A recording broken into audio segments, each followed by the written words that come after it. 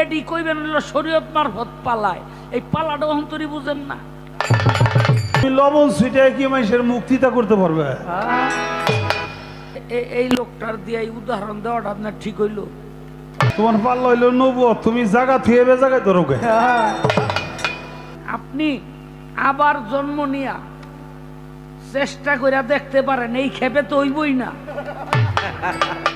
আবার জন্ম নিয়ে চেষ্টা করে দেখতে পারেন। এখন আমি থাক গোমরটা না ছুড়াইলাম। আমাকে রশিদ সরকার সাপ কইতো, আমার পরে তুমি বাউল জগতের নেতৃত্ব দিতে পারবা, আমি শান্তিতে মরতে পারবো। কথাটা ঠিক না? বে ঠিক ঠিক না? হের কথা কিন্তু কয় নাই, কারণ জানে তো আমি কি রেখে যাইতেছি। রশিদ সরকার নিজে আমার প্রশংসা করে গেছে, ওটা তো আমরা জানি, ওরা আমরা জানি। গোপন কাহিনী তার মাসে জানে না, খালি প্রশংসা করছে এটাই খালি শুনছো, খালি এটাই মাসে শুনছে। গোপন কাহিনী তো জানি না, মানুষে জানে না।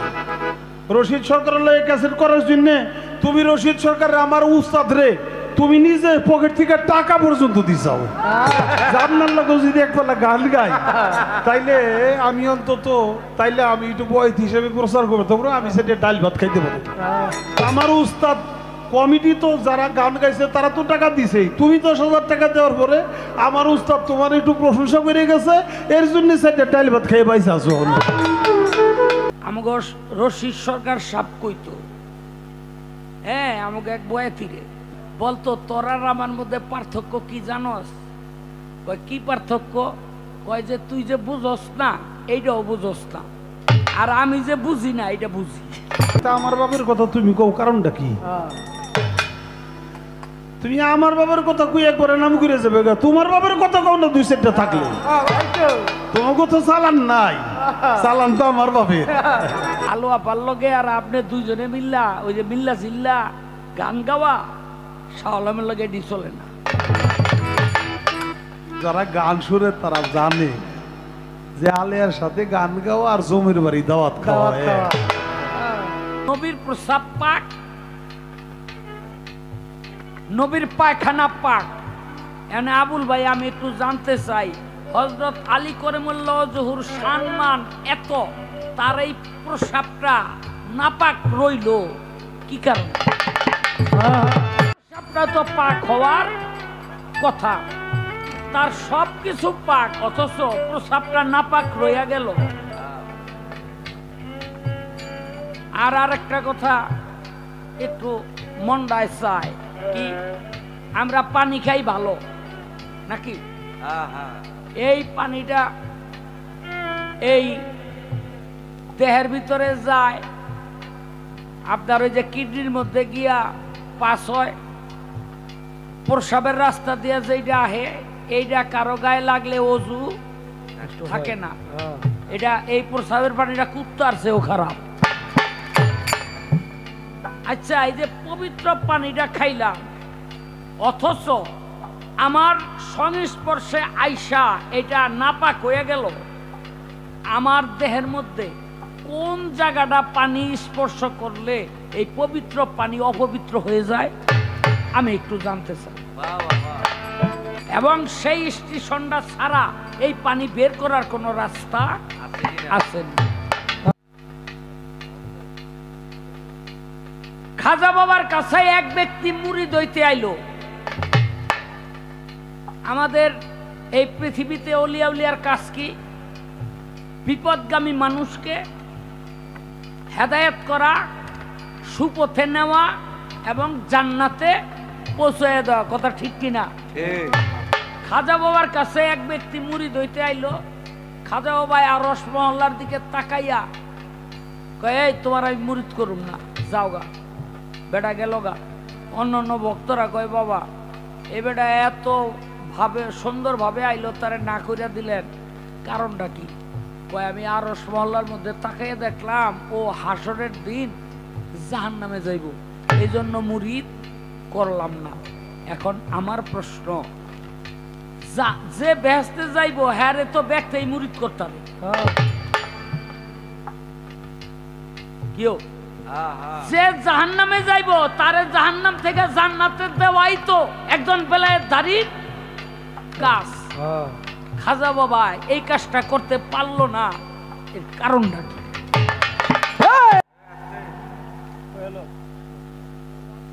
এই মুখের পানি আছে না, এক ব্যক্তির এই মুখের পানির মধ্যে বেলায়েত ছিল। এই বেলায়েত মুখের পানির মাধ্যমে আরেক ব্যক্তির কাছে পৌঁছাই দিছিল। আমি জানতে চাই মুখের পানির মধ্যে বেলায়েত আরেক ব্যক্তির কাছে পৌঁছাই দিছে, এই পানিতে বেলায়েত ঢুকলো কেমন? একটা গান গাইলো, কায়াধারী হয়ে কেন, কায়াধারী হয়ে কেন, কায়াধারী হয়ে কেন ছায়া তারে নাই, আমার মন ছায়া তারে নাই, মদিনায় রসুল নামে কে এলো রে ভাই রে, মদিনায় রসুল নামে কে এলো রে ভাই। হায় কায়াধারী হয়ে কেন, কায়াধারী হয়ে কেন, তারি ছায়া নাই, ওরে ভালো তারি ছায়া নাই, ওরে মদিনায় রাসূল নামে লোরে ভাই, ওরে মদিনায় রাসূল নামে লোরে ভাই। ছায়াহীন যাহারি কায়া, এই ত্রিভুবন তারি কায়া, ছায়াবিহীন যার কায়া, ত্রিভুবনে তার ছায়া। ছায়াহীন যাহারি কায়া, এই ত্রিভুবন তারি ছায়া। এই কথাটা ওরে এই কথা তার মর্ম লওয়া, এই কথাটি মর্ম লওয়া, মন্তর আগে যাই, আমার মন মন্তর আগে যাই। মদিনায় রাসূল নামে লোরে ভাই, ওরে মদিনায় রাসূল নামে লোরে ভাই, ওরে মদিনায় রাসূল নামে লোরে ভাই।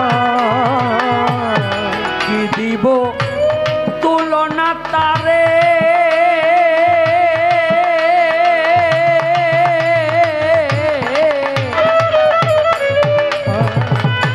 খুঁজে পাইনি এ সংসারে, আয় কি দিব তুলনা তারে, খুঁজে পাই না এ সংসারে। কি দিব তুলনা তারে, খুঁজে পাইনি এ সংসারে। মেঘে যারে ছায়া ধরে, ওরে মেঘে যারে ছায়া ধরে, মেঘে যারে ছায়া ধরে, ছায়া যাহার নাই, আমার মন ছায়া যাহার নাই।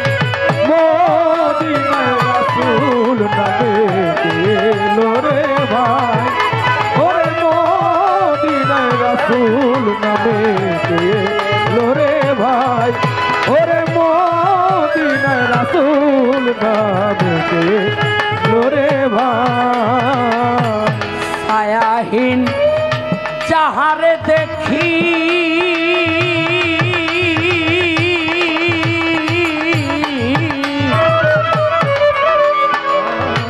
শরীক নাই তার লাশারিকি, আয় ছায়াবিহীন যাহারে দেখি, শরীক নয় সে লাশারি কি। ছায়াহীন যাহারে দেখি, শরীক নাই তার লাশারিকি।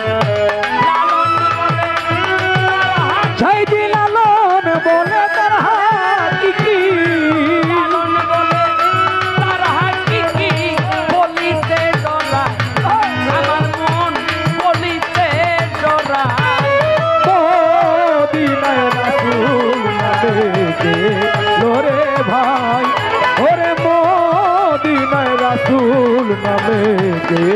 লোরে ভাই ওরে মদিনায় রাসূল নামে লোরে ভাই কায়াধারী হয়ে কেন কায়াধারী হয়ে কেন কায়াধারী হয়ে কেন ছায়াকারী নাই আমার মন ছায়াকারী নাই মদিনায় রাসূল নামে লোরে ভাই ওরে মদিনায় রাসূল নামে লোরে ভাই আরে মদিনায় রাসূল নামে লোরে ভাই ওরে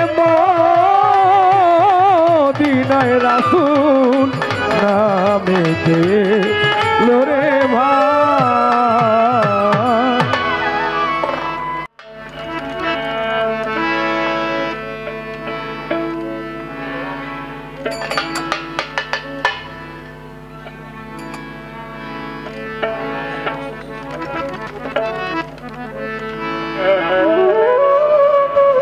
আগুন লাগিল আগুন নিভাই কেমন করে ওরে আগুন লাগিল আগুন ভাই কেমন করে আগুন লাগিল আগুন নিভাই কেমন করে ও মোর আল্লাহ রে প্রেম জ্বালাতি জ্বালায় অন্তরে ও মোর আল্লাহ কি জ্বালায় তোরে ও মোর আল্লাহ ও আগুন লাগিল আগুন ভাই কেমন করে আগুন লাগিল আগুন ভাই কেমন করে ও মোর আল্লাহ রে প্রেম জ্বালাতি জ্বালায় তোরে ও মোর আল্লাহ রে প্রেম জ্বালাতি জ্বালায় তোরে ও মোর আল্লাহ রে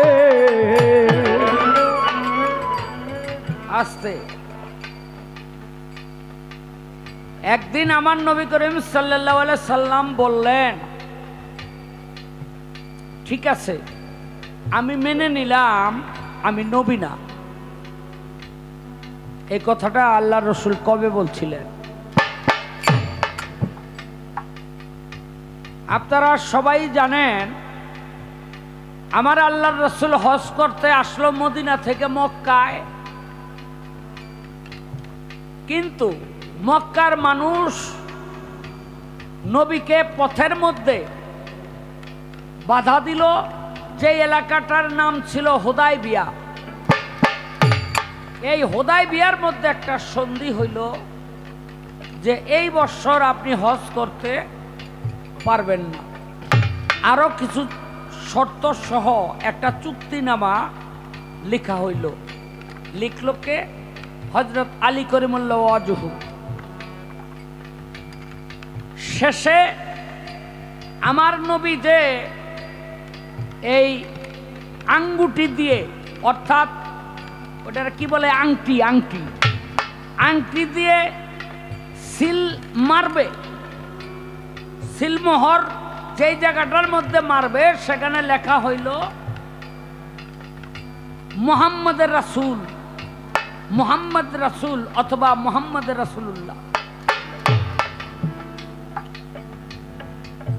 কাফেররা এই রাসূল শব্দটা দেখা বলল যে না, রাসূলই যদি তারে মানি তাইলে তো আমাদের সাথে কোনো ঝগড়াই থাকে না, এটা কাইটা দিতে হইব, নবী হিসাবে তারে আমরা মানি না। তখন নবী হযরত আলীকে বলল, আলী, রসুল শব্দটা তুমি কাইটা দাও।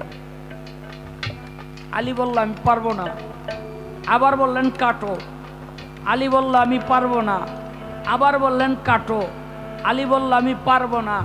তখন আমার নবী বললেন, তুমি এই রাসূল শব্দটা কোন জায়গায় লিখছো আমার একটু দেখাই দাও। হযরত আলী দেখাই দিল।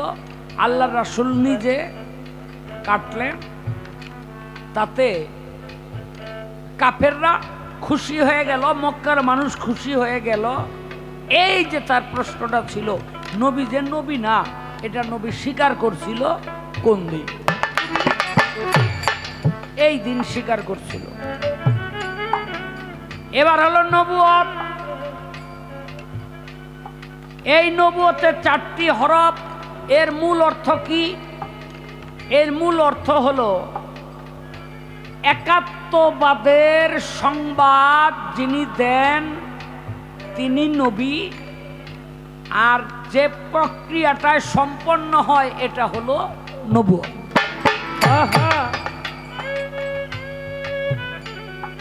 আস্তে রাত্র শেষের দিকে, এখন কথা কম হবে, গান বেশি হবে। আমি একটা বিরাট ঝামেলায় পড়ে গেলাম আজকে। ঝামেলাটা কি? আমার নবী করিম সাল্লাল্লাহু আলাইহি সাল্লাম বলল, হযরত আলী তোমার প্রসাবের কয়েক ফোঁটা কাপড়ের মধ্যে লাগছে, এটা ধুইয়া ফেলাও। প্রসাব কি? নাপাক। এই জন্য হযরত আলী ধুইয়া ফেলাইল। মনে হয় এই হাদিসটা সবু ভাইও পাইছে, নাইলে এমনি মাথা ঝুলাই কেমনে। শোনেন, আমার নবী ঘুম থেকে উঠা ফজর নামাজের আগে কি জানি খোঁজে। ইয়া রাসূলুল্লাহ। নবীর বিবি কয়, ইয়া রাসূলুল্লাহ কি খোঁজেন? কয়, রাইতের বেলা প্রসাব কইরা এই পাত্রের মধ্যে রাখছিলাম, মনে হালাই দিমু। বিবি কয়, ইয়া রাসূলুল্লাহ গভীর রাইতে যখন আমার ঘুম ভাঙলো, পানির পিপাসায় ছটফট করতেছিলাম, তখন এই পাত্রের মধ্যে দেখলাম পানি, মেশকাম্বরের ঘ্রাণ বাহির হয়। আমি চিন্তা করলাম আল্লাহ পাক জিব্রাইল মারফত এই পানি আপনারা খাইতে দিছে, আমি তো পানি মনে করে খেয়ে লাইছি। আমি পানি মনে করে খেয়ে লাইছি।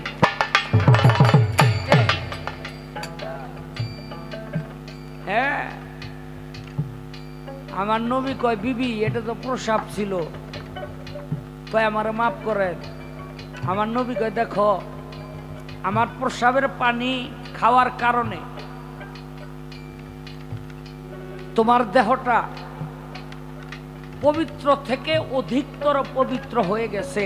তোমার এই দেহ আর কোনোদিন দুজকের আগুনে জ্বলবে না। নবীর প্রসাব থেকে আমি একটি হাদিসের কথা বললাম। নবীর একজন সাহাবী, নবী যখন, এখন স্যানিটেশন ব্যবস্থা ভালো, মানুষ পায়খানা প্রসাব করে আবদ্ধ জায়গায়, কিন্তু তখন প্রসাব পায়খানা করত খোলা ময়দানে। নবীও তাই, খেজুর গাছের গোড়ে, মাঠের কোনায়, পাহাড়ের আড়ালে। নবী যখন পায়খানা প্রসাব করত, একজন সাহাবী দৌড়ে যাইতো ওই পায়খানা প্রসাব সংগ্রহ করার জন্য একটা ভাণ্ড নিয়ে, একটা দিনও গিয়া পায় নাই। একদিন নবীর কাছে আইসা বলে, ইয়া রাসূলুল্লাহ এই পায়খানা প্রসাবগুলি পাই না কেন? আমার নবী কয়, পাইবা কেমনে? আমি পাক, আমার পায়খানা পাক, আমার প্রসাব পাক। আমি যখন পায়খানা প্রসাব ত্যাগ করি, তখন এই পবিত্র জিনিসগুলো মাটি ভক্তি ভরে খেয়ে নেয়। সুবহানাল্লাহ। সুবহানাল্লাহ কইবেন না? সুবহানাল্লাহ। ইয়া রাসূল। ভক্তি ভরে খেয়ে নেয়।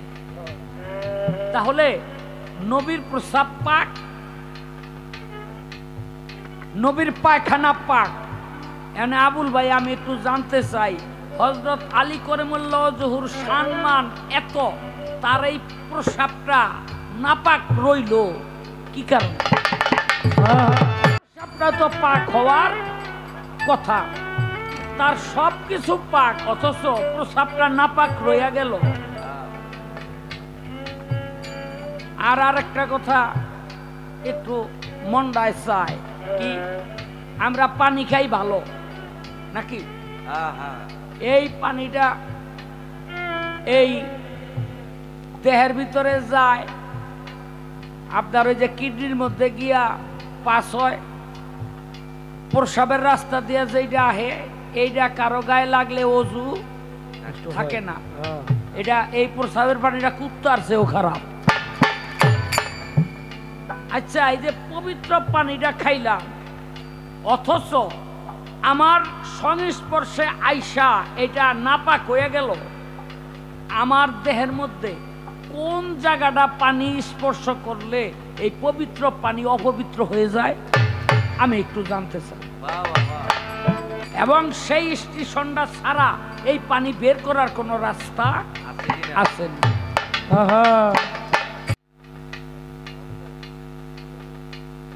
খাজা বাবার কাছে এক ব্যক্তি মুরিদ হইতে আইলো। আমাদের এই পৃথিবীতে অলিয়া উলিয়ার কাজ কি? বিপদগামী মানুষকে হেদায়েত করা, সুপথে নেওয়া এবং জান্নাতে পৌঁছে দেওয়া। কথা ঠিক কিনা? খাজা বাবার কাছে এক ব্যক্তি মুরিদ হইতে আইলো। খাজা বাবা আরশ মহল্লার দিকে তাকাইয়া কয়, এই তোমার আমি মুরিদ করুম না, যাও গা। বেটা গেল গা। অন্য অন্য ভক্তরা কয়, বাবা এ বেটা এত ভাবে সুন্দরভাবে আইলো, তারে না করিয়া দিলেন, কারণটা কি? কয়, আমি আরশ মহল্লার মধ্যে তাকাইয়া দেখলাম ও হাসরের দিন জাহান্নামে যাইব, এই জন্য মুরিদ করলাম না। এখন আমার প্রশ্ন, যে বেহেশতে যাইব হ্যাঁ রে তো ব্যক্তি মুরিদ করতে হবে।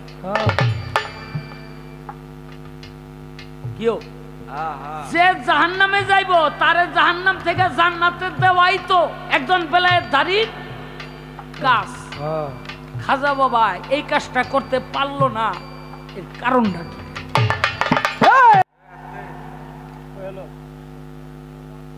এই মুখের পানি আছে না, এক ব্যক্তির এই মুখের পানির মধ্যে বেলায়েত ছিল। এই বেলায়েত মুখের পানির মাধ্যমে আরেক ব্যক্তির কাছে পৌঁছাই দিছিল। আমি জানতে চাই, মুখের পানির মধ্যে বেলায়েত আরেক ব্যক্তির কাছে পৌঁছাই দিছে, এই পানিতে বেলায়েত ঢুকলো কেমনে? আগুন লাগিল আগুন নিভাই কেমন করে, আগুন লাগিল আগুন নিভাই কেমন করে, ও মোর আল্লাহ রে কেমন জ্বালা কি জ্বালায় অন্তরে, ও মোর আল্লাহ রে কেমন জ্বালা কি জ্বালায় অন্তরে, ও মোর আল্লাহ রে কেমন জ্বালা কি জ্বালায় অন্তরে, ও মোর আল্লাহ রে। সুখেতে আছি আমি রে সখী,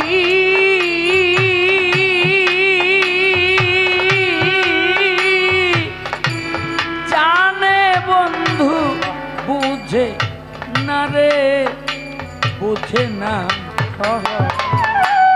গেল বন্ধু আর আইল না গো, গেল বন্ধু আর আইল না। ওরে কি সুখেতে আছি আমি গো সখী,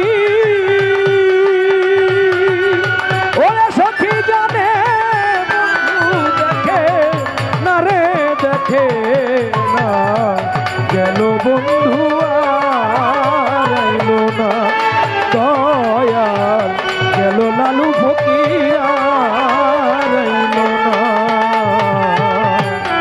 দেখিয়া তার রাঙা চল, ওরে আমি সপেছিলাম জীবন যৌবন, সে যে এমন আগে জানতাম না। দেখি বন্ধু রাঙা চরণ সপেছিলাম জীবন যৌবন, সে যে এমন আগে জানতাম না। দেখিয়া তার রাঙা চর আমি সপেছিলাম জীবন যৌবন, সে যে এমন আগে জানতাম না। তার বাসরে থাকে বন্ধুরে সখী, কার বাসরে থাকে বন্ধু রে সখী, কার বাসরে থাকে বন্ধুরে সখী, কার বাপুরায় বাসো না রে, বাসো না। গেল বন্ধু আর আইলো না।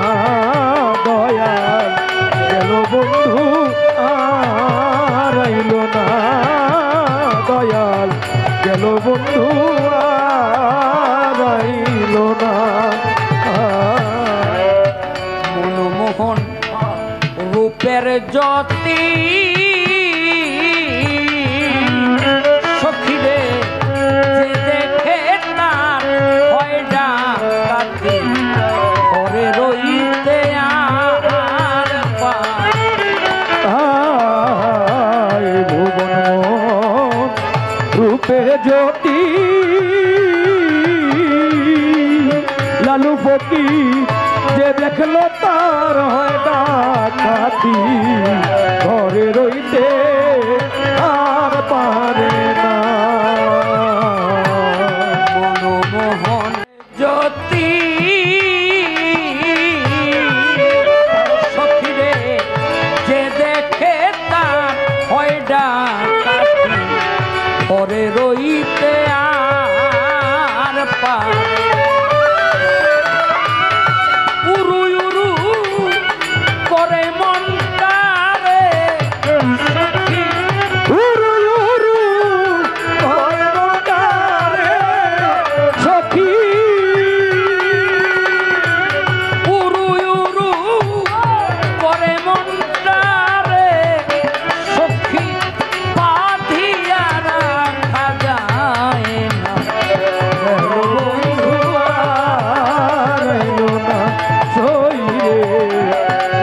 বন্ধু আইল না ওরে কত সুখে আছি আমি ওরে সখী জানে বন্ধু দেখে না রে দেখে না গেল বন্ধু আইল না দয়াল আমার গেল বান্ধব আইল না। দুঃখী হয় জল বিহনে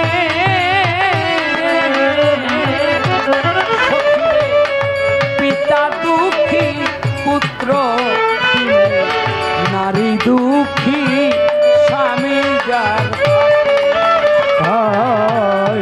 দুঃখী হয় জল বিহনে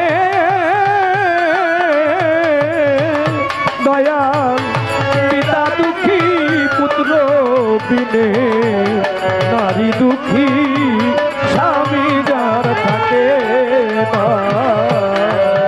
দুঃখী হয় জল বিহনে সখীরে পিতা দুঃখী পুত্র নারী দুঃখী স্বামী যার। ওরে দুর্বিনসার হয় তেমনি দশারে সখী সাধক দুর্বীর সার হয় তেমনি দশারে সখী ওরে দুর্বিনসার হয় তেমনি দশারে সখী বন্ধু ভালোবাসে না রে আয় গেল বন্ধু আর আইল না রে গেল বন্ধু আর আইল না রে গেল বান্ধব আর আইল না। সুখে আছি আমি রে সখী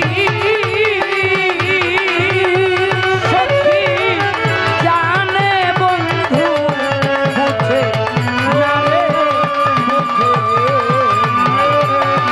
গেল বন্ধু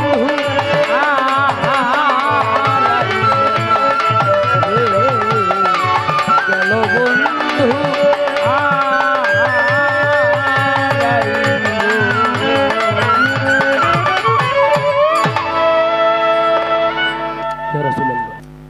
অনেক কথা বলছে বাবা, এতগুলি কথা আমি কেমনে বলবো জানি না। মালিক সরকারের কথা বলছিলাম, কয় আপনি এরকম একটা মুরব্বীরে অপমান করলেন।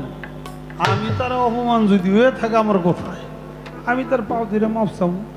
হইলে আমার উকিল শ্বশুর, তারে পায়ার দিয়ে সালাম করি। সে মুরব্বী, আমার উস্তাদের আগে থেকে সে গান করে। আমি তো এটা কথার চলে বললাম, তো মালিক সরকারের অপমান মনে করলে আমি যে কইলাম মুসা নবীর নাম হইলো ঠেঠা মুসা, হেডের অপমান মনে করলে না? তোমার পাল্লা হইলো নবুয়ত, তুমি জায়গা থুয়ে বে জায়গায় ধরোগে। তারপরে ওই কি লিয়াকত সরকার হে মারা গেছে, কয় মনামেশের নাম এরম একটা কথা আপনি কইলেন মিয়া।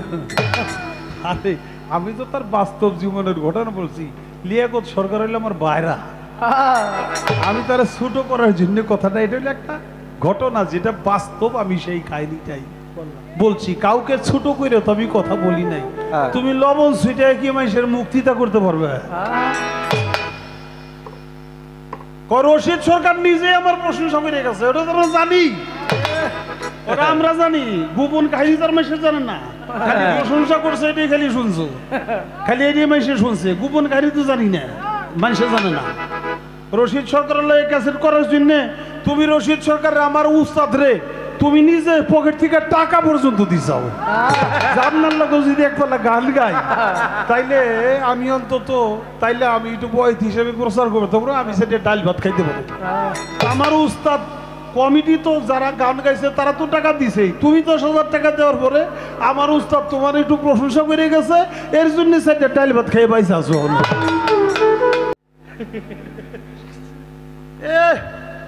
কি একখানি হয়েছে, রশিদ সরকার কইছে তুই যে বুঝোস না এটাও তুই বুঝোস না, আমি যে বুঝি না এটা আমি বুঝি। তা আমার বাবার কথা তুমি কও, কারণটা কি? তুমি আমার বাবার কথা কই একবারে নাম করে যাবে, তোমার বাবার কথা কও না 2-4টা থাকলে। তোমার কথা চালান নাই, চালান তো আমার বাপের। কয় হেনে গুরু ভাই আছে, রশিদ সরকারের গোলামন আছে, এলাকায় আইছে, এই জন্য ভাল বেলতেছে।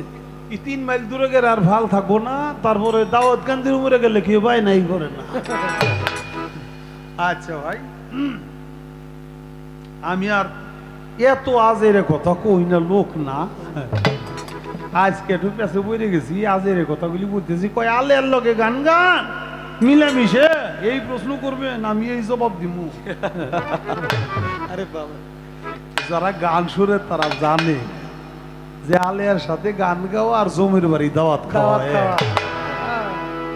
আলেয়া তার নাম আমি যে এই তো কই, যে লাইভে যে কই যে আজকে গান হইলো আজরাইল বয়তির লগে, মানে আজরাইল বয়তি এই জন্য কই, আজরাইল যেমন দোল্লার ছাড়ে না, আল্লাহ বয়তিও ধরলে কাউরে ছাড়ে না।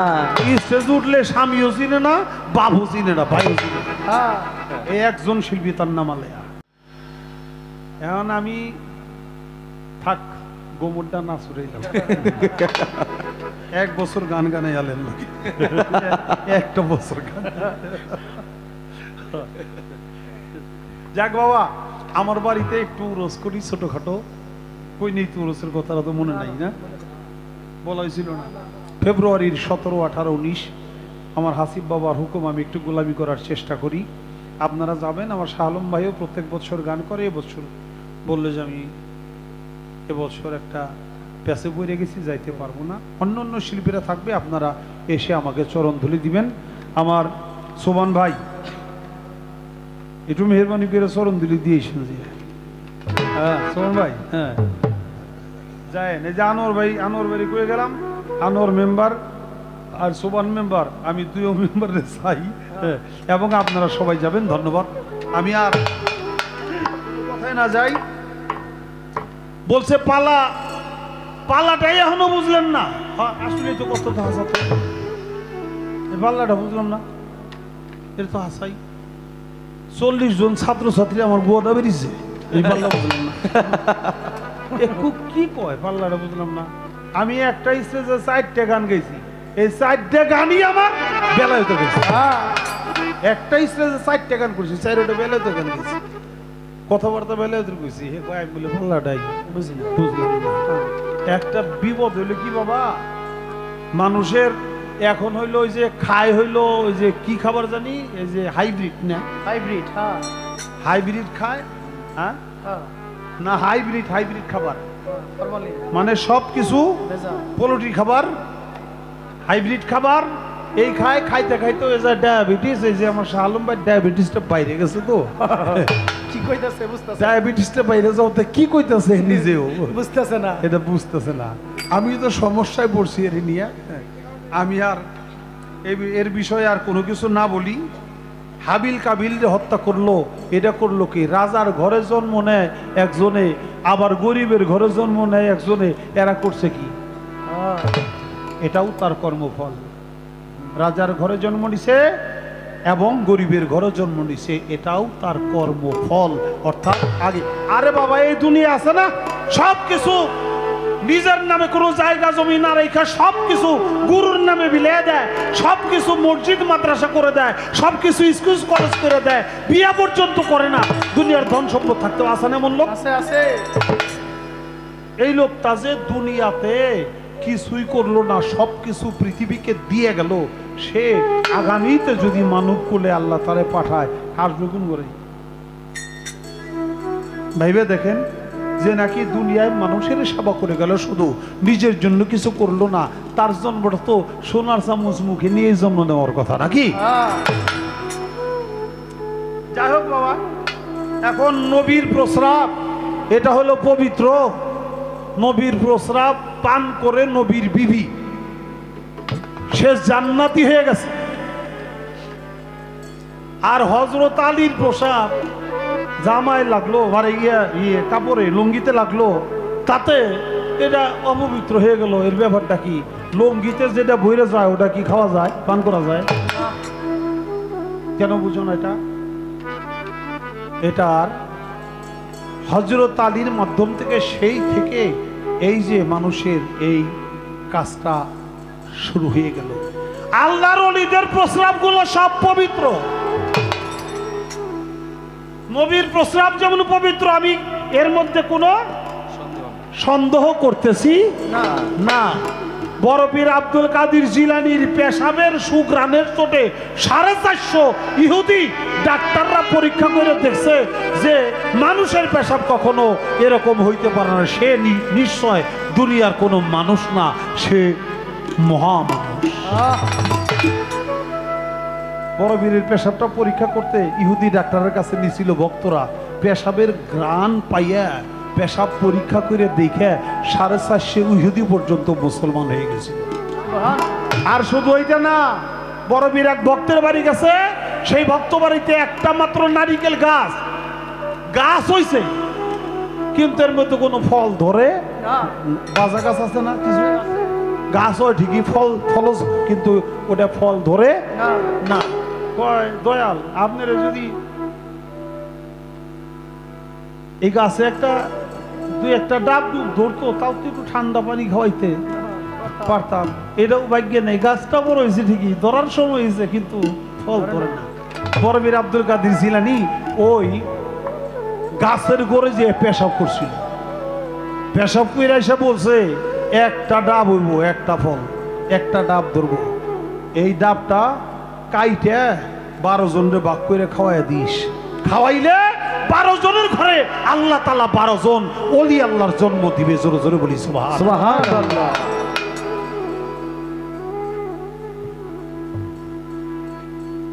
আমার ওখানে পেশাবটা অপবিত্র হয়ে যায়, তো এটা পবিত্র হওয়ার পানিটা আমরা খাই পবিত্র পানি, আর খালি পানিটাই পবিত্র খাই, আর গুলি পবিত্র খাই না। কিরে বাবা, সবগুলোই তো পবিত্র খাই। কোন এক পীরের কাছে কেউ মুরিদ হইতে গেছে, বৃদ্ধ বয়স, মনে করছে আমার তো এখন এই দুনিয়ার কাজ শেষ, দুনিয়ায় ভালো কোনো কর্ম করিনি, আমি যে একটা পীরের কাছে আত্মসমর্পণ করি। গেছে পীরের দরবারে, পীরের কাছে কয় বাবা জীবনে ভালো কাজ করিনি, খারাপ কাজ একটাও ছাড়ি নেই, মরণ কথা স্মরণ হয়েছে, আমি দুশ্চিন্তায় পড়ে গেছি, আমারে দয়া করে আপনি একটু তওবা করিয়া আপনার চরণ তলে ঠাই দেন। পিসাবকে আমি তোমার মুরিদ করতে পারি, একটা কাজ করুন লাগবো। কি কাজ?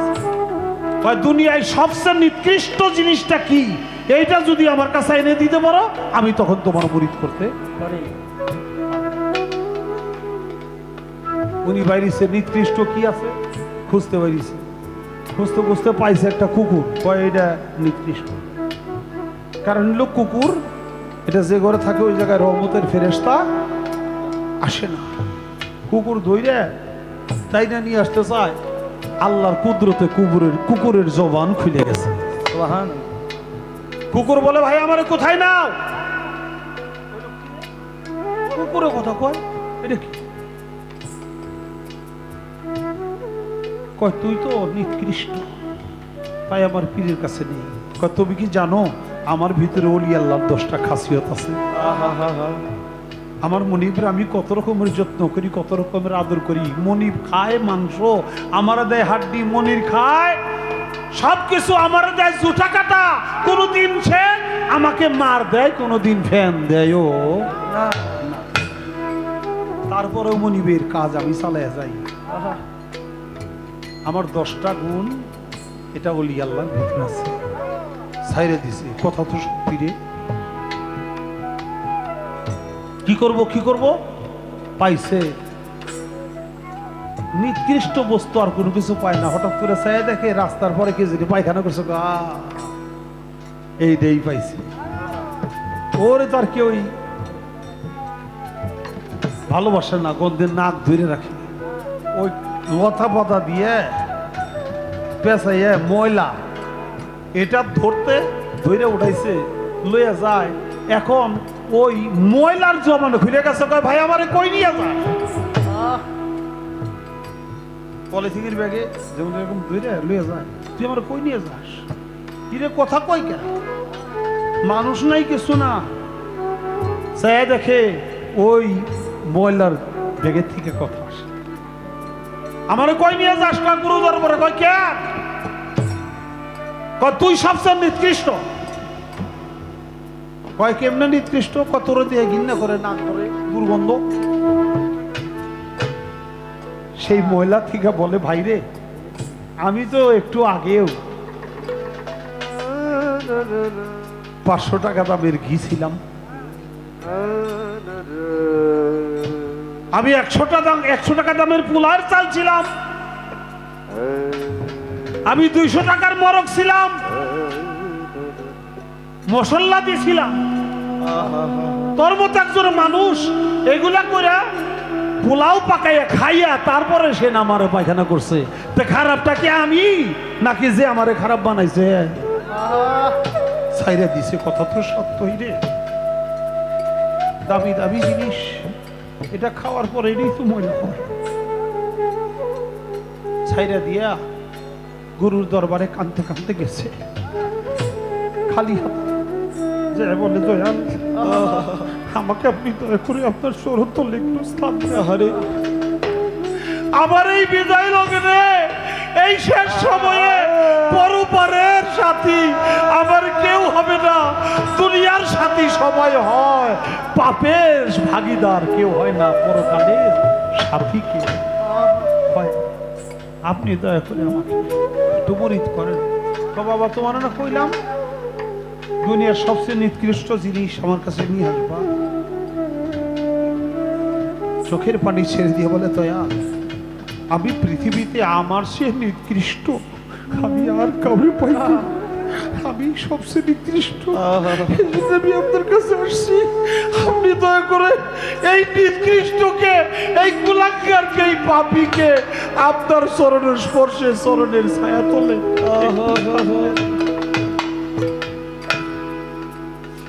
এর সাথে সাথে বুকের মধ্যে ঠাইরা নিচ্ছে, বাবা সত্যি কাহিনী, তুই বুঝতে পারছিস যে তুই নিকৃষ্ট, নিজে নিকৃষ্ট, নিজেকে যে নিকৃষ্ট মনে করে সেই তো উৎকৃষ্ট হওয়ার সুযোগ পায়। পাপ মানুষ করবে এটাই স্বাভাবিক, কিন্তু অনুশোচনার আগুনে সমস্ত পাপগুলো জ্বলে পুড়ে নাশ হয়ে যায়, শেষ হয়ে যায়। একজন অলির সান্নিধ্যে, একজন অলি আল্লাহর কাছে যদি কোনো ব্যক্তি যায়, ওই অলির সংস্পর্শে গেলে তখন তার সমস্ত পাপ নাশ হয়ে যায়। যাহার বদন দেখা মাত্রই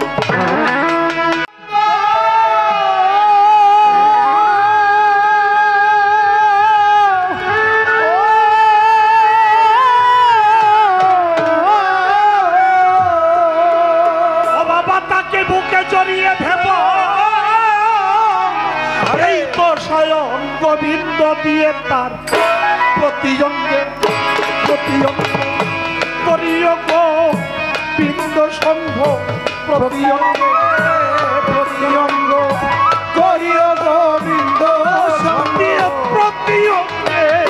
প্রতিজঙ্গ করিও গোবিন্দ সঙ্গ উথলিবে প্রেম তরঙ্গ তাপিত প্রাণ জুড়াইবে জানো নামে অভ্রান্ত লালুসার ভজন হবে জানো নামে অভ্রান্ত যার সাথে নাই প্রেম প্রীতি যার সাথে নাই যার সাথে নাই প্রেম প্রীতি তার পূজায় কি শিবে জানো না রে অভ্রান্ত কিসে গুরু ভজন হবে জানো না রে অভ্রান্ত কিসে গুরু ভজন হবে জানো না রে অভ্রান্ত তার বদন দেখা মাত্রই মনে জানবে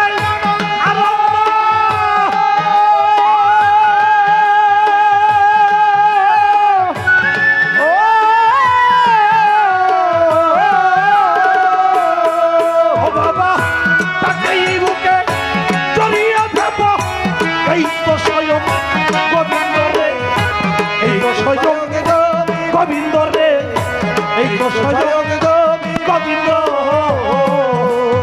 ও বাবা যাহার বদন দেখা মাত্র মনে জাগবে আনন্দ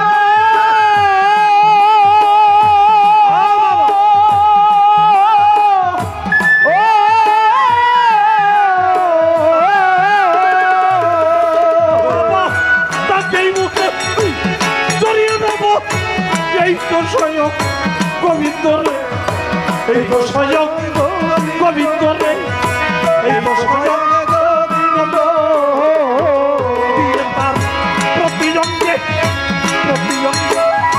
করিয়ে গোবিন্দ সঙ্গে প্রতিঅঙ্গ করিও গোবিন্দ সঙ্গে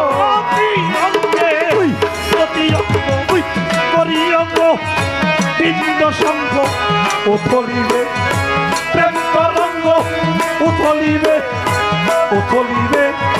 প্রেম তরঙ্গ আপিত প্রাণ জোড়াইবে জানো না রে অভ্রান্ত কিসে গুরু ভজন হবে জানো না রে অভ্রান্ত যার সাথে নাই প্রেম প্রীতি যার সাথে নাই যার সাথে নাই প্রেম প্রীতি তার পূজায় কি মনে শিবে জানো না রে অভ্রান্ত কিসে গুরু ভজন হবে জানো না রে অভ্রান্ত কিসে গুরু ভজন হবে জানো না রে অভ্রান্ত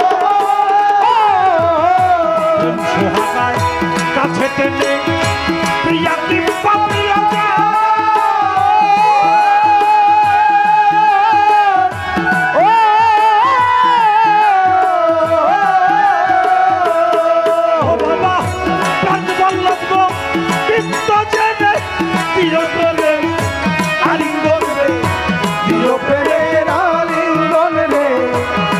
প্রেমের আলিঙ্গ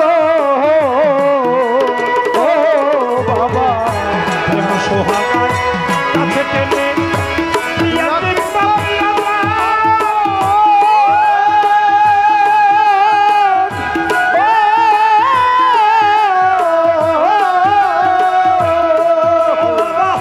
প্রাণবল্লভ বৃন্দ জেনে প্রিয় প্রেমে আলিঙ্গন রে প্রিয় প্রেমের আলিঙ্গন রে প্রেমের আলিঙ্গ ভক্তের মুখে যাহা মিঠা লাগে তাই ছোপে দাও লাগু সার্ভোগ মুখে যাহা মিঠা লাগে ছোপে দাও গোবিন্দ ভোগে মুখে যাহা মিঠা লাগে তাই ছোপে দাও মোর শিবের ভোগে পরাণ কান্দে যাহার লেগে পরাণ কান্দে যার লেগে তার রূপেতেই দেখো জানো না রে অভ্রান্ত মন কিসে গুরু ভজন হবে জানো না রে অভ্রান্ত যার সাথে নাই প্রেম বিরতি যার সাথে নাই যার সাথে নাই প্রেম বিরতি তার পূজায় কি মন বসিবে জানো না রে অভ্রান্ত মন কিসে গুরু ভজন হবে জানো না রে অভ্রান্ত মন কিসে গুরু ভজন হবে জানো না রে অভ্রান্ত মন সবার সাইতে গোপন পীড়িত যার সাথে যাতায়াত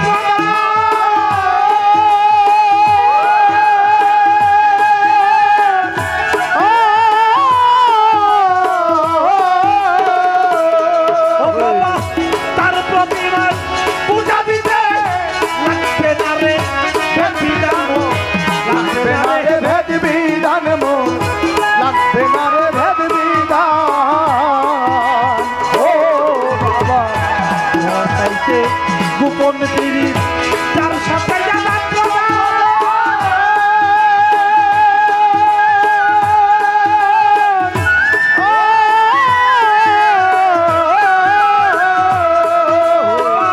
তার প্রতিমার পূজা দিতে লাগবে না রে বিধান লাগবে না রে ভেদ বিধান মন লাগবে না রে ভেদ বিধান আছে পঞ্চরসে কত করা এই প্রেমের রিকে ভরা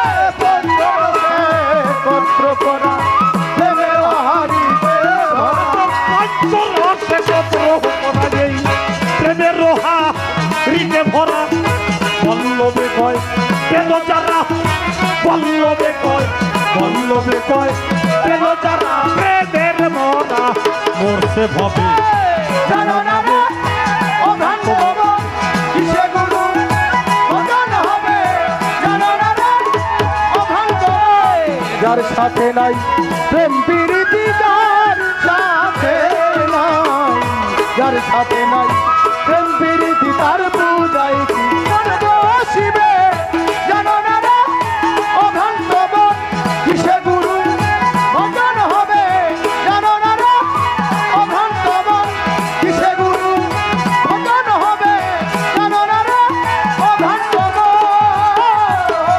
সবার চাইতে গোপন পিড়ি যার সাথে যাতায়াত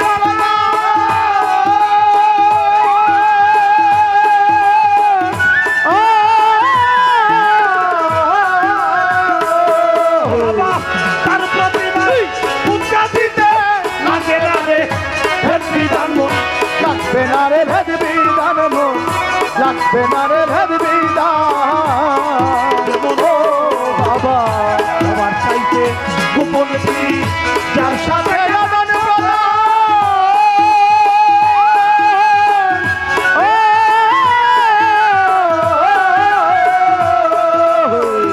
সেই প্রতিমায় পূজা দিতে লাগবে না রে ভেদ বিধান মন লাগবে না রে ভেদ বিধান মন লাগবে না রে ভেদ বিধান যেমন পঞ্চরসে তত্র করা এই প্রেমের রিকে ভরা পঞ্চরসে পত্র করা প্রেমের হারিতে ভরা পঞ্চরসে তত্র করা এই প্রেমের রিকে ভরা বল্লভে কয় পেল যারা বল্লভে কয় পেল যারা প্রেমের মরা মরছে ভবে জানো না রে অভ্রান্ত মন কিসে গুরু ভজন হবে জানো না রে অভ্রান্ত মন যার সাথে নাই প্রেম প্রীতি যার সাথে নাই যার সাথে নাই প্রেম প্রীতি তার পূজায় কি মন বসিবে জানো না রে অভ্রান্ত মন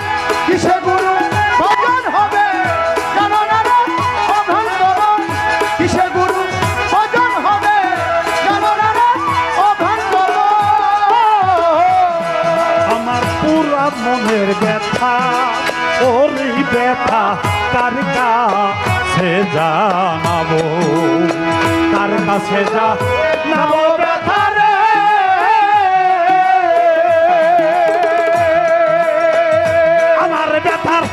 মানুষ কোথায় পাবো এই কলিজা পোড়া ব্যথা আমার মুর্শিদ হারা ব্যথা আমার ওই লালু হারা ব্যথা ওরে বাজান কার কাছে জানাবো আমার বান্ধব হারা ব্যথা ও দরদ আমি কার কাছে জানাবো আমি কার কাছে জানাবো ব্যথা রে আমার মনের মানুষ কোথায় পাবো পোড়া মনের ব্যথা আমি ও ব্যথা কার কাছে জানাবো আমার মনে তো পোড়া ব্যথা আমি ও ব্যথা কার কাছে জানাবো ধীরে মায়ের কাছে কইলে আমার ব্যথা ওরে মায়ের কইলা ভাইটা যাইব মায়ের কাছে কইলে আমার ব্যথা ওরে মায়ের কইলা ভাইটা যাইব পরিকার ভাই ওই মায়ের কাছে কইলে আমার ব্যথা আমার মায়ের কইলা ভাইটা যাইব আর বাজারে রে বাজারে রে কইলে ব্যথা রে আমার ব্যথায় বাবাও বইয়া যাই বই পুরা মনের ব্যথা আমার মুর্শিদ হারা ব্যথা ও বাজার আমি কারিকা সে জানাবো আমার বান্ধব হারা ব্যথা ও বড় দাবি কারিকা সে জানাবো আমি কার কাছে জানাবো ব্যথা রে আমার মনের মানুষ কোথায় পাবো পোড়া মনের ব্যথা আমি ও ব্যথা কার কাছে জানাবো আমার মনে তো পোড়া ব্যথা আমি ও ব্যথা কার কাছে জানাবো নদীরে নদীর কাছে কইলে আমার ব্যথা ওরে নদীর জল শুকাইয়া যাইব নদীর কাছে কইলে আমার ব্যথা ওরে নদীর জল শুকাইয়া যাইব তোর ধীরে নদীর কাছে কইলে আমার ব্যথা ওরে নদীর জল শুকাইয়া যাইব আর পাহাড়ে রে পাহাড়ে রে কইলে ব্যথা রে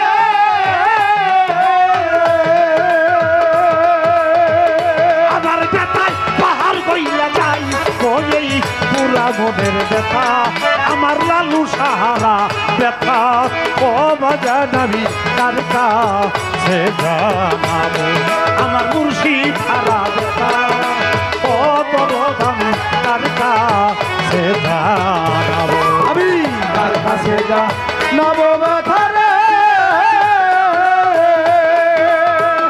আমার মনের মানুষ কোথায় পাবো পোড়া মনের ব্যথা ও ব্যথা কার কাছে জানাবো আমার মনে তো পোড়া ব্যথা আমি ও ব্যথা কার কাছে জানাবো ধীরে কইরাম জঙ্গলারে মাঝে বৈশাখ আমি ব্যথার মালা গাঁথবো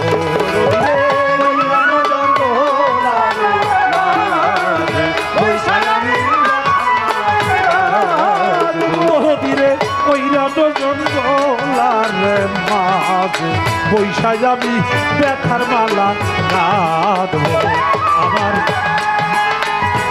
তোলা চান রে লালু চান রে পাইলে কাছে রে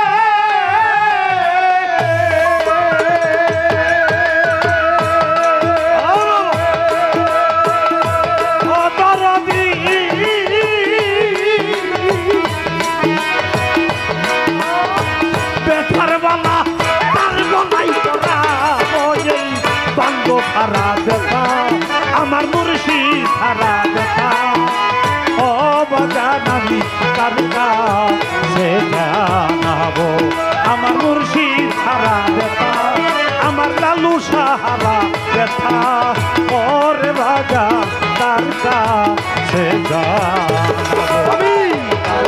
যা নবর ধারে আমার মনের মানুষ কোথায় পাবো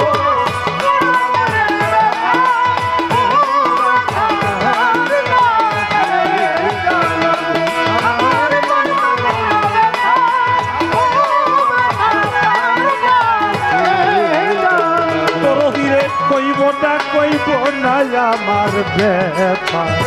আমার ব্যথা সামলাইয়া রাখিব কইব না কইব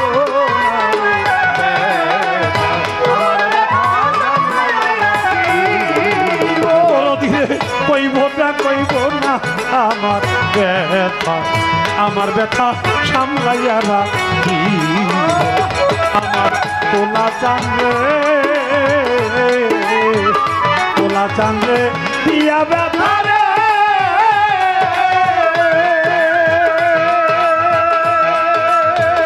ওরে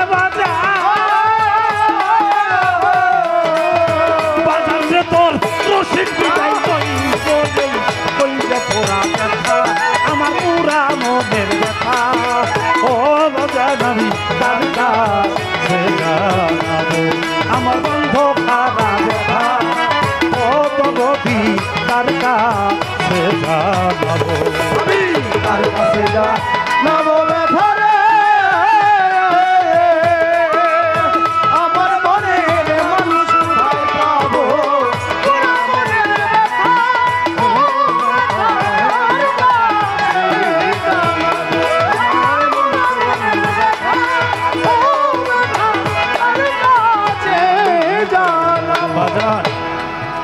আমাকে প্রশ্ন করছে খাজা বাবার কাছে মুরিদ দিতে গেছে খাজা বাবা তারা মুরিদ করলো না খাজা বাবা দেখলো আল্লাহর আরশ মোল্লায়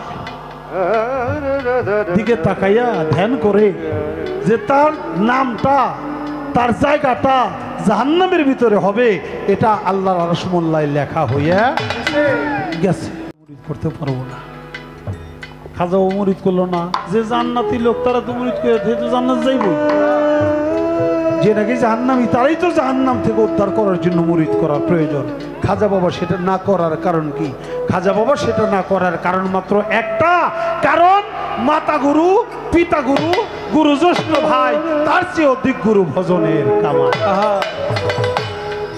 মা হলো আপনার প্রথম গুরু মনে রাখবেন সেই মাকে যদি আপনি এমন কোনো আঘাত দিয়ে থাকেন যে আঘাত আপনার মা জীবনে ভুলতে পারবে না আপনাকে ক্ষমা করতে পারবে না সে মুড়ি দিলেও কোনো লাভ নাই গাছের গুড়া কাইটা উপরে জল ঢাললে কাজ হবে না লাভ হবে না এই জন্য খাজা বাবা তাকে মুড়ি করল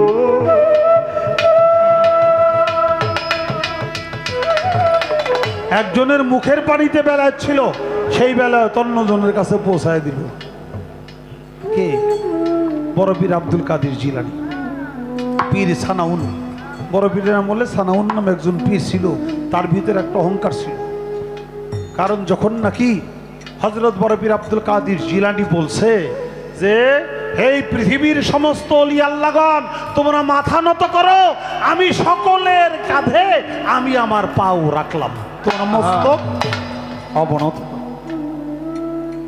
360 জন আউলিয়া ছিল তখন এই সারা পৃথিবীতে বড় পীর যেখান থেকে বলছে এই 360 জন আউলিয়ার সবাই মাথা নত করে দিছে বড় পীর মাথা নত করে দিলাম আপনার চরণ মোবারক আমার কাঁধে মাথা রাখে বাবা এটারও কাহিনী আছে নবী যখন মেরাজে যায় বুরাক উঠবে তখন বড় পীর আব্দুল কাদের জিলানী জন্ম নেয় নাই জন্ম নেওয়ার 450 বছর আগের কাহিনী রুহানি জগতে বড় পীর আব্দুল কাদের জিলানী পাথর হইয়া নবীর ওই বুরাকের কাছে যে পড়ছে ওই পাথরে পাড়া দিয়ে নবী আমার বুরাকে উঠছে নবী জিজ্ঞাসা করলো পাথর তোমার চোখে পানি তুমি কাঁদো তুমি কে কয় আমি কোনো পাথর না কত কাঁদো কেন কয় আপনার বিরহে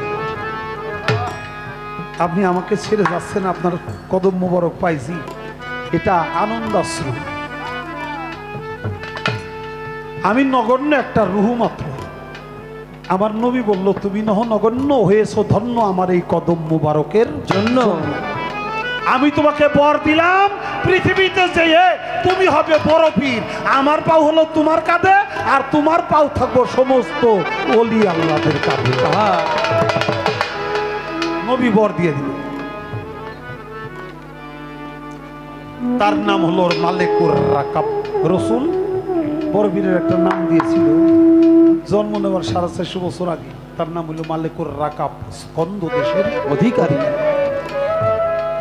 সেই বড় পীর দুনিয়াতে আইসে বলছে, হে দুনিয়ার বিশ্বের যত ওলি আল্লাহ আসো, তোর মস্তক অবনত করো, আমি সকলের কাঁধে আমার পা, আমার কদম মোবারক রাখবো।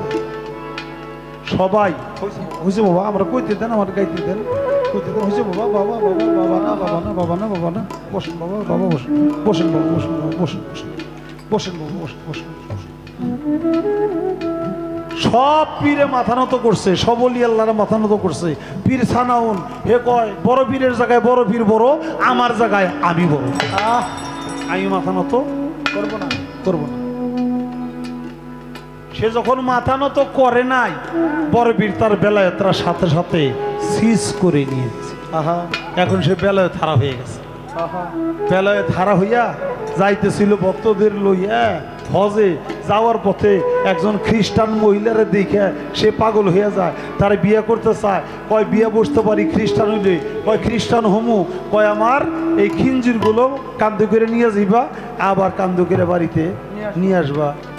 আমি তাই করুম। অবশেষ যখন তার 6 মাস পূর্ণ হয়ে গেছে, কয় যে এইবার খিঞ্জির জবাই কিরে খিঞ্জিরের মাংস আর মদ এটা খাইতে হইব, তো সে বুঝুম তুমি আমার ধর্মটা সত্যিকারে মানবা, তাইলে বিয়ে বসুন।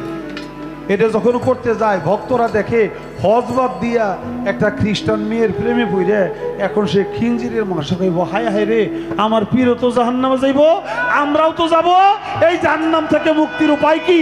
এটা হলো কেন? আমার পীর তো ওলি আল্লাহ। এটা হওয়ার কারণ কি? বড় পীরের নামের সাথে বেয়াদবি করেছি। দৌড়ে বড় পীর আব্দুল কাদের জিলানীর কাছে গেছে ভক্তরা, যে ভক্তি দিয়ে ফুরে গেছে, বাবা আমার মুর্শিদকে আপনার নামের সাথে বেয়াদবি কইরা সে বেলায় ধারা হয়ে গেছে, দিশা হয়ে গেছে, এখন জাহান্নামের দ্বার প্রান্তে। বাবা কথা বলেন, এদিকে যান, জাহান্নামের দ্বার প্রান্তে সে।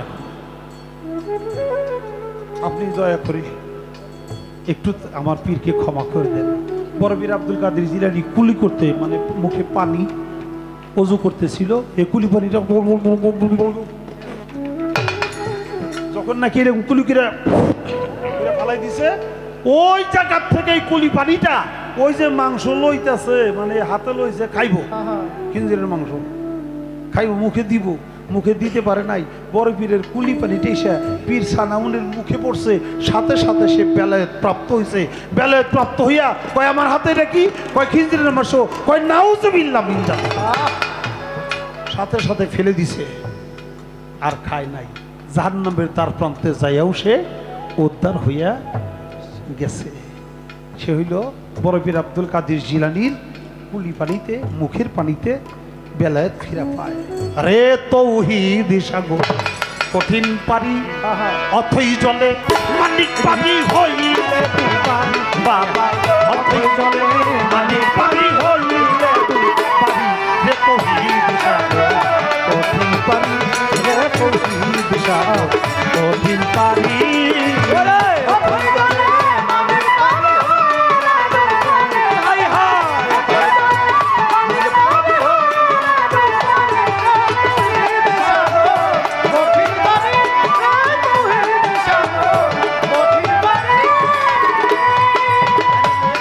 তেজু পিলে রে তার ভুলে যাবে গুপ্ত নয়ন, তেজু পিলে রে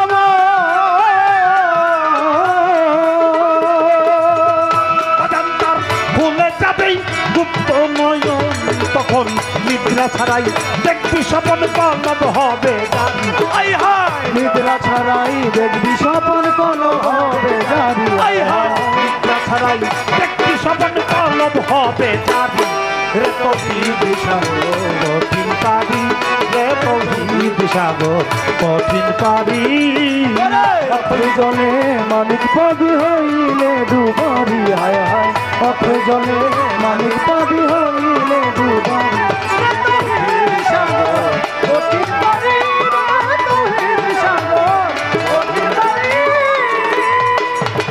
চলে সাগর ত্রিধারাতে ও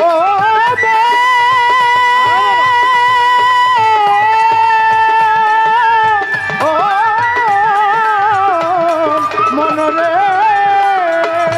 নবুয়াতার বেলায়তে চলে সাগর ত্রিধারাতে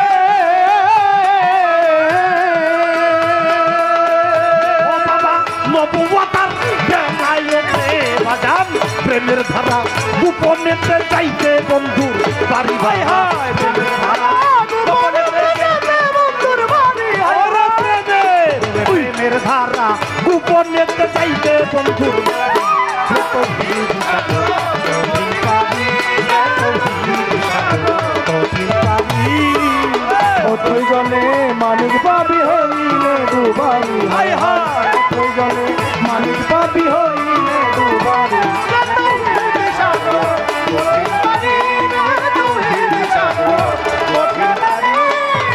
সাধকের সাধনার বলে সেই সাগর লয় বৈঠন করে বাবা সাধকের সাধনার বলে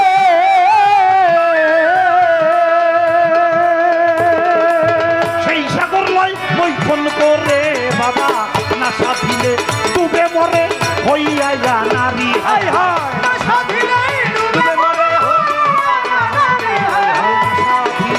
ডুবে মরে হইয়া নারী তৌহিদ সাগর তৌহিদ পাবি রে তৌহিদ সাগর তৌহিদ পাবি অথই জলে মানিক পাবি হইলে দুবারি হায় হায় অথই জলে মানিক পাবি হইলে দুবারি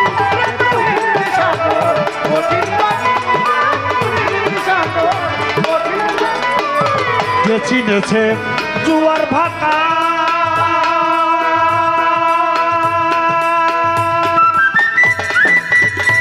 আচ্ছা বাবা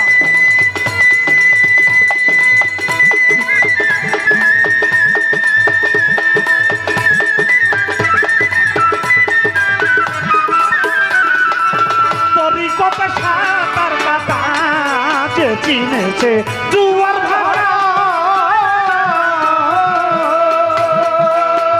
ওরে তার তরিকতেই সাঁতার কাটা বাবা বেলায়তে মালের কোঠা সেই নদীর গম্ভীর হায় হায়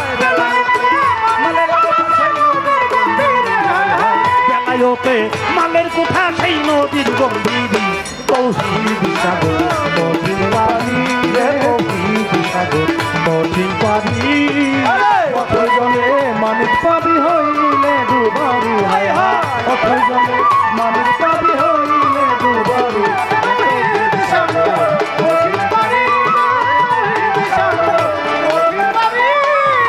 সেই সাগরের মিষ্টি পানি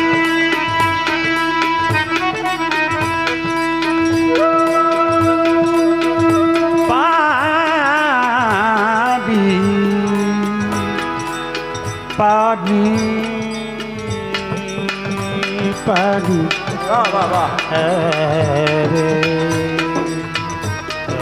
রে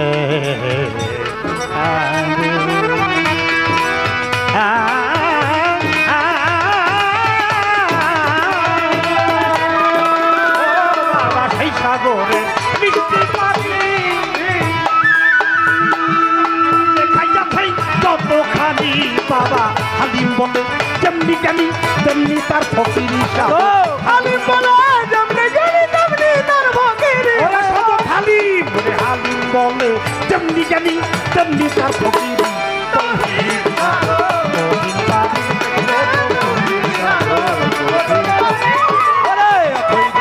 মানিক পাবি হইলে দুবারি হায় হায় অথই জলে মানিক পাবি হইলে দুবারি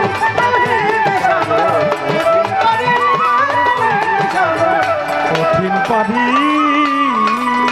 সারা করে বাজান নবী করিম সাল্লাল্লাহু সাল্লাতু সাল্লাম তার থুতু মুবারক দিলে অপবিত্র অপরিষ্কার পানিটা অপবিত্র হয়ে যেত। অবশ্য অবশ্য বাংলার জমিনে সর্বপ্রথম আজান দিছে কে বাবা জানেন? হযরত শাহজালাল ইয়েমেনি রহমাতুল্লিল আলাইহি। সে যখন যায় নামাজ বিছাইয়া সুরমা নদীটা পাড়ি দিয়ে আসলো, আজান দিল আল্লাহু আকবার বইলা, গোর গোবিন্দ রাজার রাজ মন্দির সব কিছু একেবারে ভাঙ্গে জুড়ে খান খান হয়ে গেল। এবার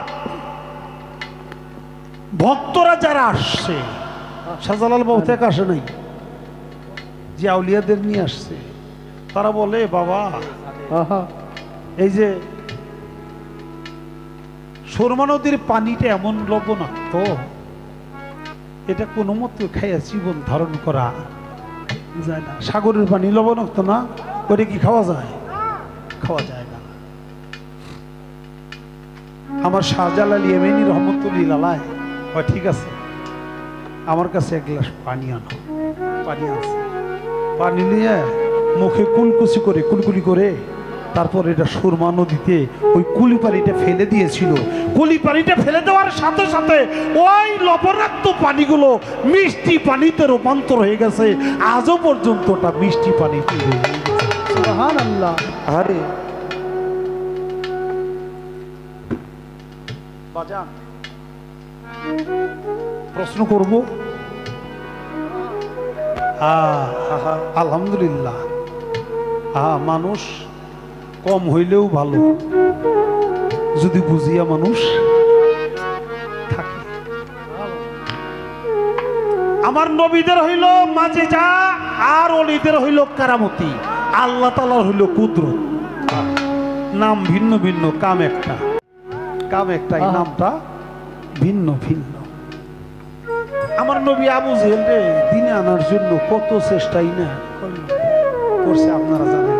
বাবা আস্তে আস্তে আপনারা জানেন আবু জেহেলের সাথে আবু জেহেল যা বলছে নবী তাই দেখাইছে, তাই করছে, তাও সে দিনে আসে নাই। কারণ আল্লাহ তাআলা যার অন্তরে মোহর মাইরে দিছে, ওই যে আগে বলছিলাম যে যারা নাকি নূর মোহাম্মদ মুরতাজিল্লাহকে তাজিম সম্মান করে নাই, তাদের অন্তর হইল আল্লাহ মোহর মাইরে দিছে, তাই সেদিনে আসে নাই। অনেক রকমের মাঝে যা অনেক রকমের ঘটনা ঘটে গেছে। আবু জেহেল যায় বলে, এ মুহাম্মদ কাকা কই তুই তো জাদু অনেক দেখাইলি এই পর্যন্ত, যা দেখাইলি কোনোটাই আর অন্য কারো পক্ষে সম্ভব না, তুই অনেক বড় জাদু কর। নবী বলে চাচা আমি তো কোনো জাদুবিদ্যা জানি না। কহ টের পাইছি, যে জানে হে কোনদিন স্বীকার করে না। না তো তোর জাদুরা কি খালি দুনিয়াই চলে, মাটি দিয়েই চলে, না আসমানেও চলে? আমার নবী কয় কি চাচা কি কন একটু খুইলা কন। কয় তোর জাদুটা কি আসমানেও চলে কি না? কয় কি করতে হইব? ওই যে চাঁদ দেখা যায়, দেখোস না, মানে রাতের জ্যোৎস্নার চাঁদ, এ চাঁদ দেখা যায়। হ্যাঁ কয় চাঁদরা রে দুইটা টুকরা করে যদি দেখাইতে পারোস তাইলে আমি বিশ্বাস করব তুই সত্যিকার এই নবী।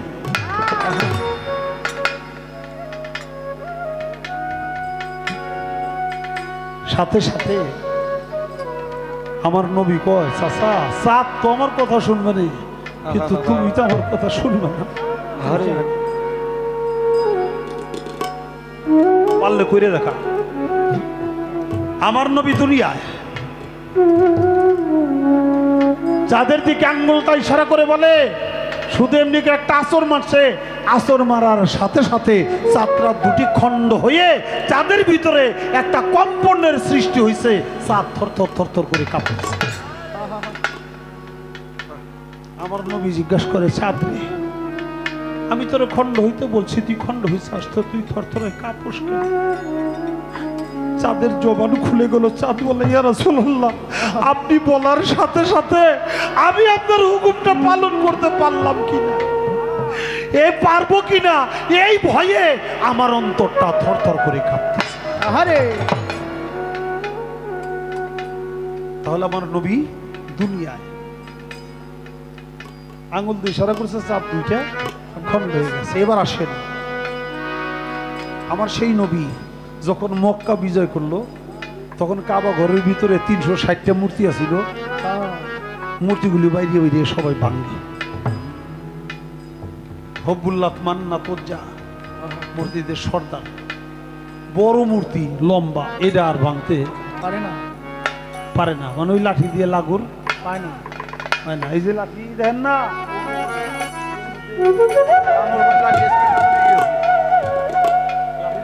ওই যে মূর্তির মাথায় ধরে টান দেয় ভেঙে যায়। তো এই মূর্তি লাগুরই পায় না, লাঠি দিয়ে ভাঙতে পারে না। এবার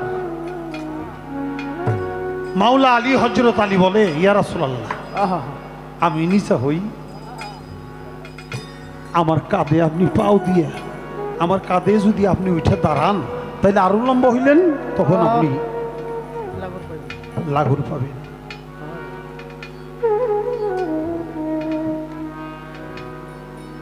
আমার নবী বলল, আলী, আল্লাহর আদেশে আমার নবী বলল, আলী, আমি নিচু হই, তুমি আমার কাঁধে উঠো। সেদিন হযরত আলী নবীর কাঁধে পাড়া দিয়া তারপরে সেই মূর্তিটা ভাঙ্গে।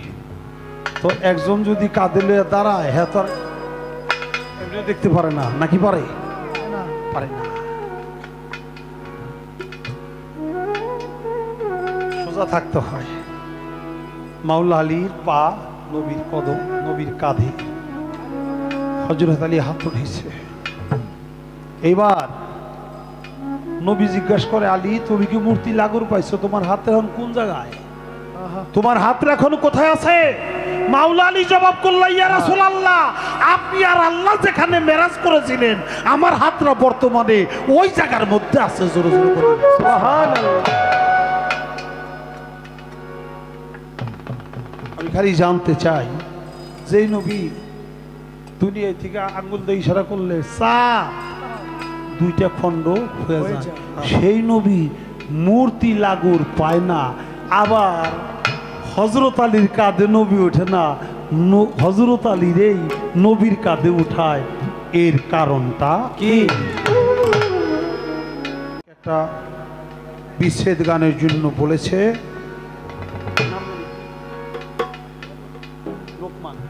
আমার লোকমান বাবাজি, ওই যে দাও ওটা। হ্যালো হ্যালো, থাক থাক। দুঃখ দিয়ে সুখ যদি পাউরে লালুসা, যত খুশি ব্যথা দিয়ে যা। দুঃখ দিয়ে সুখ যদি পাউরে বন্ধু, যত খুশি ব্যথা দিয়ে। তুই সকার নদী হইল, তুই সকার নদী হইল, সকার নদী হইল। আর কি দেখতে চাও রে বন্ধু, যত খুশি ব্যথা দিয়ে যা।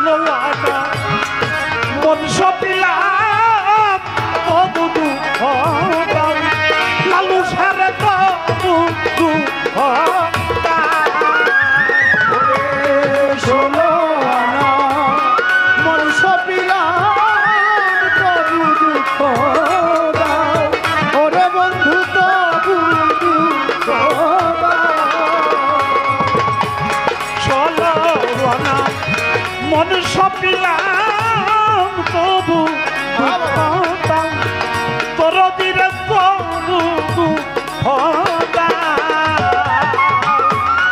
আমার দেওয়া গাথা মালা আমার দেওয়া আমার দেওয়া গাথা মালা কার গলায় পরাও রে বন্ধু যত খুশি ব্যথা দিয়ে যা দুঃখ দিয়ে সুখ যাবে পাওরা বন্ধু যত খুশি ব্যথা দিয়ে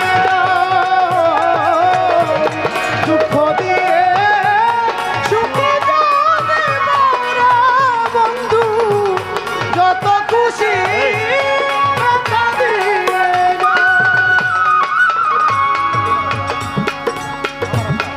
আমার আশার বাসর সজাই কারে বুকে লাও তোর দিলে কারে বুকে লাও আমার আশা বাসর সজ্জায় তারে বুকে এলো বড় বন্ধু তারে বুকে এলো আমার আশার বাসর সজাই কারে বুকে লাও লালু সারে কারে বুকে লাও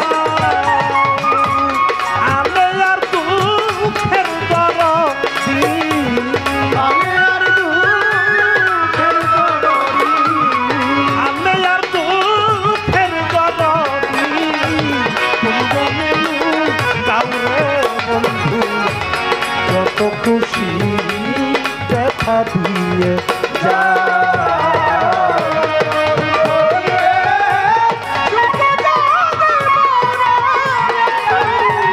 যত খুশি ব্যথা দিয়ে যা দুঃখ দিয়ে সুখ যাবে পাওরা বন্ধু যত খুশি ব্যথা দিয়ে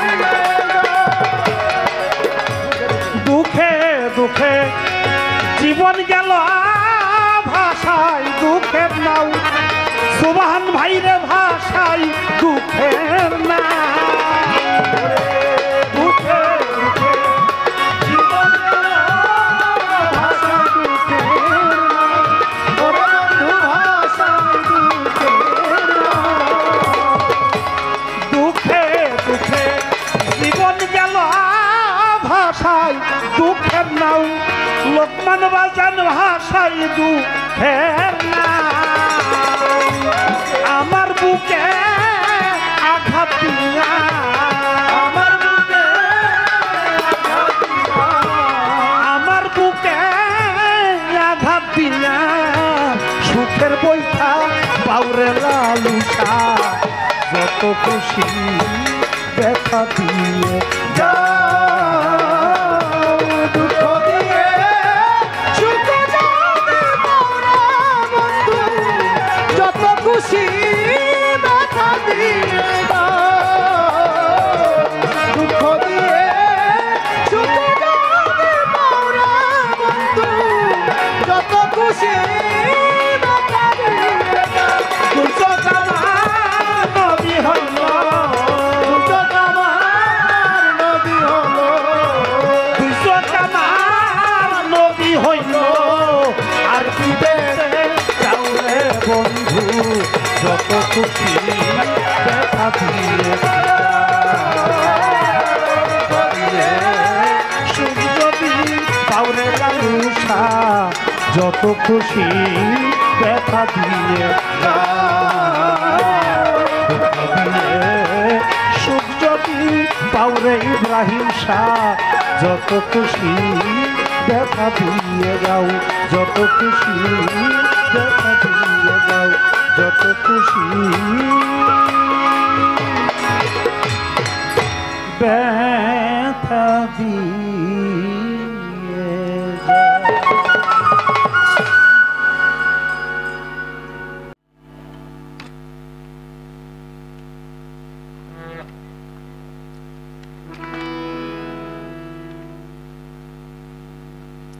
হ্যালো হ্যালো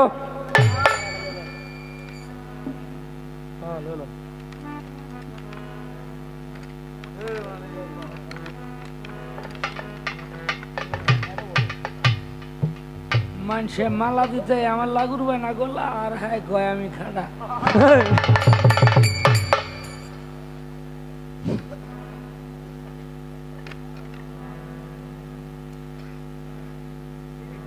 আল্লাহর রসুল যখন মক্কা জয় করলেন তখন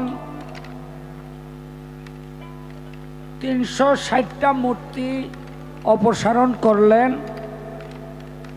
একটি মূর্তি কাবা ঘরের ভিতরে এক কোণায় উঁচুতে বাঁধা ছিল। সেই মূর্তিটি নামানোর জন্য আল্লাহর রাসূল হযরত আলীকে বললেন, তুমি আমার কাঁধের উপরে পা রেখে নামাও। হযরত আলী বললেন, ইয়া রাসূলুল্লাহ, না, আপনি আমার কাঁধের উপরে পা রেখে মূর্তিটা নামান, কারণ আপনি আল্লাহর রাসূল, আপনার কাঁধে আমি পা রাখতে পারবো না, এটি আমার জন্য বেয়াদবি। আমার রাসূল বললেন, আলী, তুমি কি জানো আমি মোহরে নবুয়ত প্রাপ্ত, এই মোহরে নবুয়তের এত ওজন, এই মোহরে নবুয়ত যদি আমি তোমার উপরে রাখি, অর্থাৎ আমি নবী যদি তোমার উপরে দাঁড়াই, তুমি মাটির তলে দেবে যাবে, আমার ওজন সহ্য করার মতো ক্ষমতা তোমার নাই। তখন হযরত আলী বাধ্য হয়ে নবীর কাঁধের উপরে পা রেখে সেই মূর্তিটা নামাইল।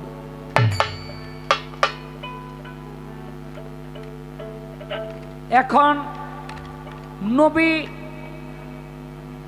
ওই মূর্তিটা হাত দিলেই তো যে চাঁদ দ্বিখণ্ড করতে পারে, সে তো হাত দিয়াই নামাইতে পারে। দেখেন, নবী, অলি, গাউস, কুতুব, পীর, পয়গম্বর, জালালি ভাব সব সময় তার থাকে না, জালালি ভাব থাকে না। আমার নবী করিম সাল্লাল্লাহু আলাইহি সাল্লাম মক্কা যখন জয় করলেন তখন ছিলেন সম্পূর্ণরূপে শান্ত, কারণ নবীর ভয়ে মক্কার মানুষ যে যেদিকে পারে যাইতেছিল। আর ওই সময়ে যদি নবীর জালালি ভাব থাকতো, এই সমস্ত মানুষ পালানোরও সুযোগ পাইতো না, পালানোরও সুযোগ পাইতো না আল্লাহর রাসূল। এই জন্য তখন জালালি ভাবে ছিলেন না। আরে কি কইতাম, নবীর ভয়ে এক বুড়ি মক্কানগর সাইরা জায়গা গাট্টি মাট্টি লইছে, আমার নবীরে তো চিনে না। নবী গিয়া কয়, বুড়িমা কই যাইবা? কয়, বাবা কই যে যামু জানি না, কিন্তু আপাতত মুহাম্মদের হাত থেকে বাঁচতে চাই।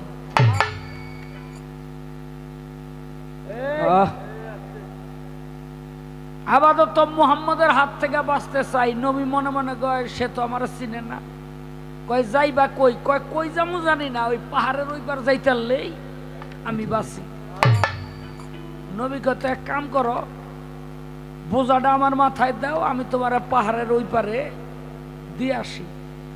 বোঝা মাথায় নিয়া পাহাড়ের ওই পার দিয়া নবী কয়, এইবার তুমি নিরাপদ, মুহাম্মদ তোমার কোনো ক্ষতি করতে পারবে না, তুমি নিশ্চিন্তে যেদিক খুশি সেদিক যাও।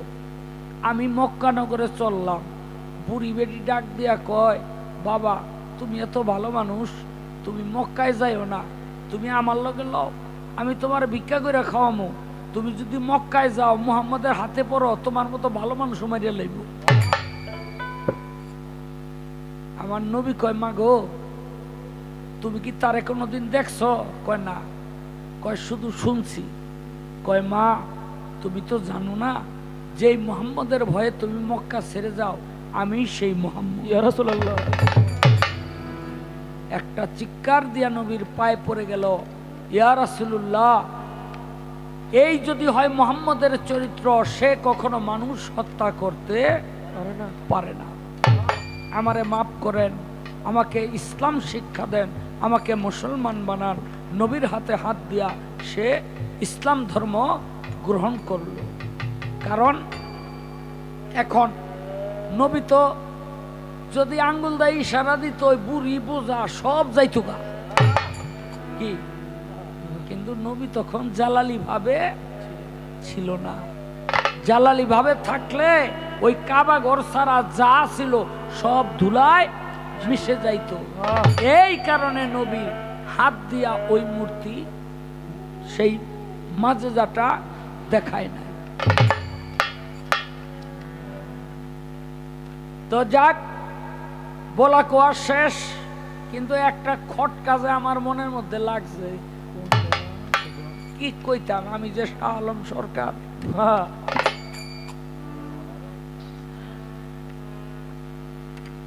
নবীর কান্দের উপরে উঠলো হযরত আলী, কাবা ঘরের কোনা এলো মূর্তি নামাইব, ওই মূর্তি কি আমার নবী কয় তোমার আতহনে কই? কয় আল্লাহর আরশ মহল্লায় গেছে গা। আবুল ভাই কইল কি শুনছেন না? আচ্ছা এই মূর্তি হইল ওই কাবা ঘরের কোনায়, তাই আলী আতরে আরশ মহল্লায় যায় কেন? যদি কয় ওই মূর্তি আল্লাহর আরশ মহল্লায় গেছে গা, তাইলে পৃথিবীতে কোন কাফেরের এত শক্তি আছে যে এই মূর্তি আল্লাহর আরশ মহল্লায় থুয়াহে?